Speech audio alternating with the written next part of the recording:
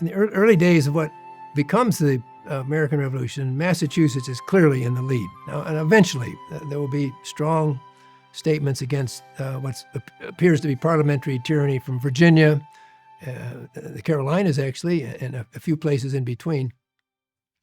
But Massachusetts is the place where the strongest resistance takes place to the Navigation Acts. It's the place where the tea is dumped into the harbor, as opposed to Philadelphia, where there's a kind of getting rid of the tea, but without violence. And then ideologically, Massachusetts is in the lead. How come?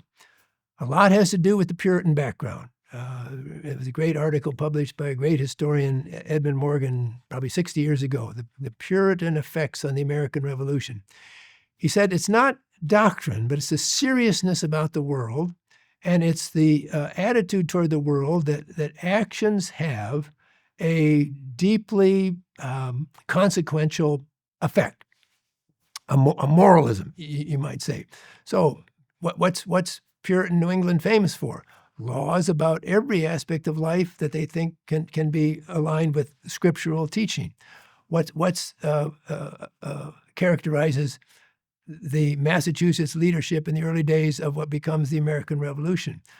A similar sense that there is a moral conclusion to be drawn concerning the actions of Parliament toward Massachusetts. John Adams publishes, before much of the crisis, a dissertation on the canon and feudal law.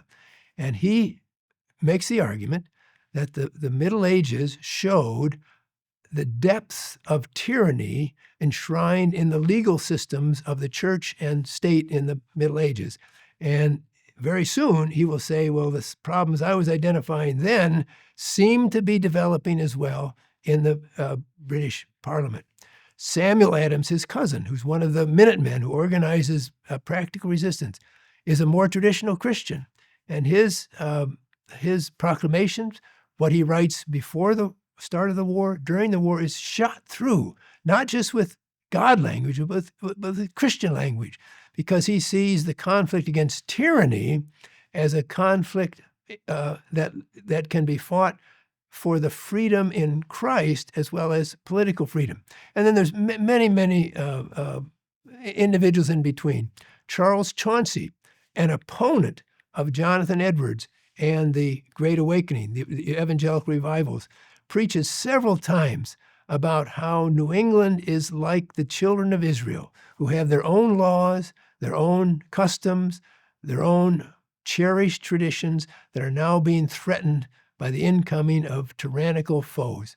And you have people who follow the Great Awakening who say just about the same thing.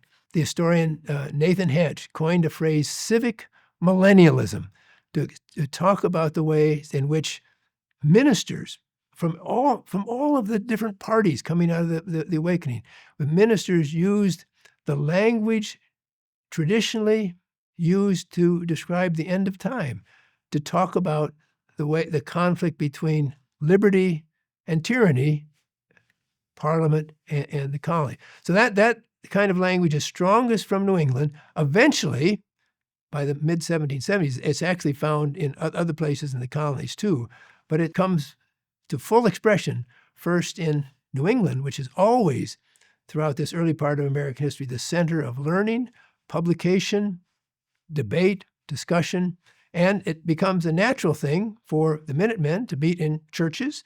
It becomes a natural thing for the lights in the tower to warn Paul Revere, to say the British are coming, because the churches, the Puritan way of life, was built into the very fabric of apprehending the world, seeing what the world was like.